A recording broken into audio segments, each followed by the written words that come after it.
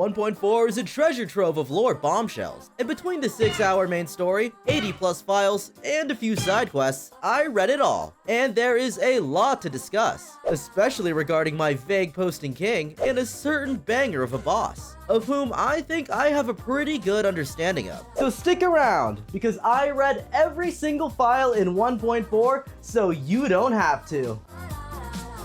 You like that? Don't you worry, we'll get to this guy later on. But first, we gotta speedrun some files. Starting off, a quick mention of a new fan favorite, our potential Typhon reconvener. And yes, that's how she pronounces it. Typhon is my only name. A Yinglong observation log makes a mention of a nearby deep snowy forest and an old snow priestess. Now, obviously, old doesn't equate to a young Sarkaz girl, but Typhon has clear connections to the Sami Snow Priests in the original Arknights. I think this is just a cute little nod as to what's coming next patch. Also, on the topic of the OG, this guy got referenced. Yes, that was a penguin. Not this one, though. This one's a rapper. This is Emperor, a world-famous Terran musician. In the description of a new gift item that I refuse to try to pronounce is the name of a musician that I also refuse to try to pronounce. Turns out, this moniker was Emperor's during his brief stint in Litania. Another thing, a piece of dialogue in the main story that stood out to me is describing the threats of Talos-V, especially the shore beyond. This has never been mentioned before in any file or piece of dialogue or anything. This is completely new. And it's evidently on the same conversation as the Aurora and Very Large Rift. Just food for thought. Alright. Let's start getting story relevant. There is a side quest plotline called the Nameless Blades, where we discover that Alleikhreos' sword was actually discovered before Arcane and the Endmen came across it. 4 squads of the Yinglong Special Task Force located the sword 2 entire years ago and tried to get out of the EZ to report its existence. Unfortunately, all 4 squads fell to the Blight, unable to escape. It goes without saying that if even one of them had survived, the Wuling storyline might have taken a very different turn. Okay, let's get serious. This statue... Wrong statue. This statue is Alleikhreos, a creation of the Foundation, an organization related to the Precursors. We'll get back to them. First, credit to NC in our Discord for finding the following. The release trailer of Endfield is full of very similar swords, as in multiple like Alleikhreos. His title in the fight is the Kiliar, the translation of that being a commander of 1,000 troops. That's Greek, by the way.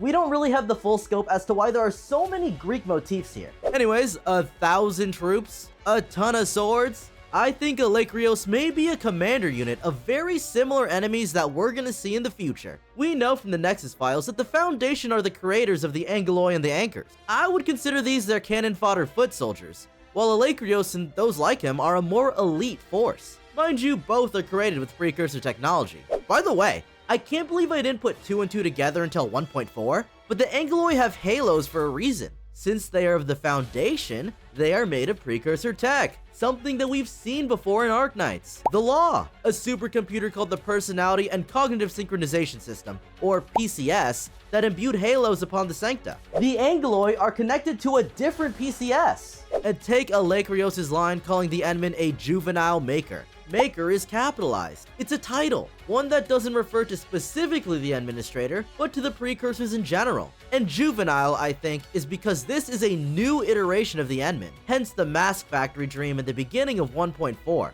If you're familiar with this video, me and Drachnis broke down Crywolf and Ymir's lyrics, and we came to pretty similar conclusions. The song is notably told through Alleikhreos' POV. I do want to say as well, M3 calls the Foundation the Wardens of the Precursors. The Foundation Nexus file similarly reinforces this by saying they inherited the legacy of the Precursor civilization. Both of those kind of imply that they are not Precursors themselves, but I still think it is very possible that there are some Precursor survivors. Yes, the Observers annihilated them, but it's not far-fetched to think that there can be other pockets like those that were on Terra. We've seen the Nexus files be an unreliable narrator before.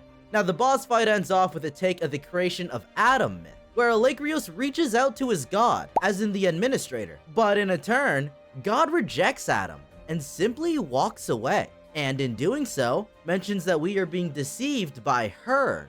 Nefarith mentions her too. Obviously, we can only speculate. There's not that much information there. Mentally, I have a few her candidates, assuming it's someone that we know. Per like a question mark from the prologue, Amia, priestess, the unnamed founder from Perlica's operator file, or that one Cyclops lady from the prologue. Some people have just been calling her Oregonus, so I'm just gonna go with that.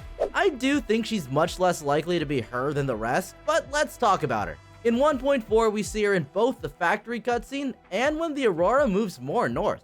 As with the rest of the Foundation, she seems to be yearner, for the lack of a better term. Oregonus calls the Endman her brother, or sister if you're playing the Penguin. That could be odd if you consider her as a Cyclops, but if you take a closer look, she has traits of multiple Terran races. She seems to be a kind of chimera maybe? What if she's an artificial body with a precursor mind? It's all speculation. We have next to nothing to go off of. All I can do is schizopost. I will say though that the Nexus files for the Foundation and First Angloy War both depict Oregonus. I think she probably isn't one of the 40 heroes. Who I think are the members are, of course, Jacob, who was explicitly confirmed before, but also Sue and Ardashir. They have the age, and clearly know each other.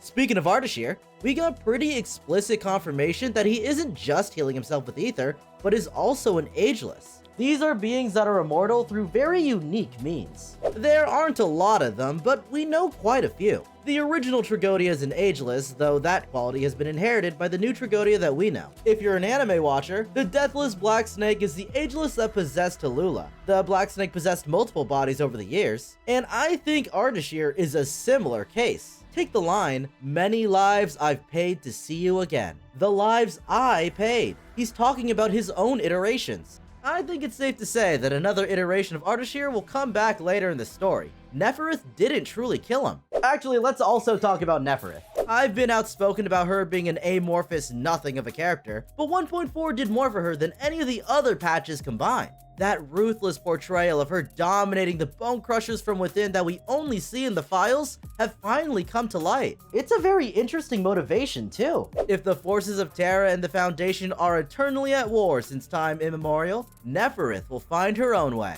She, and her Landbreakers, shall be the third faction. They will find their own ending. And keep in mind, everyone is on a timer here. The universe is facing oblivion. The next war shall destroy all life forms. He's talking about the Observers. The Aurora, I think, is acting like a star pod to block their perception.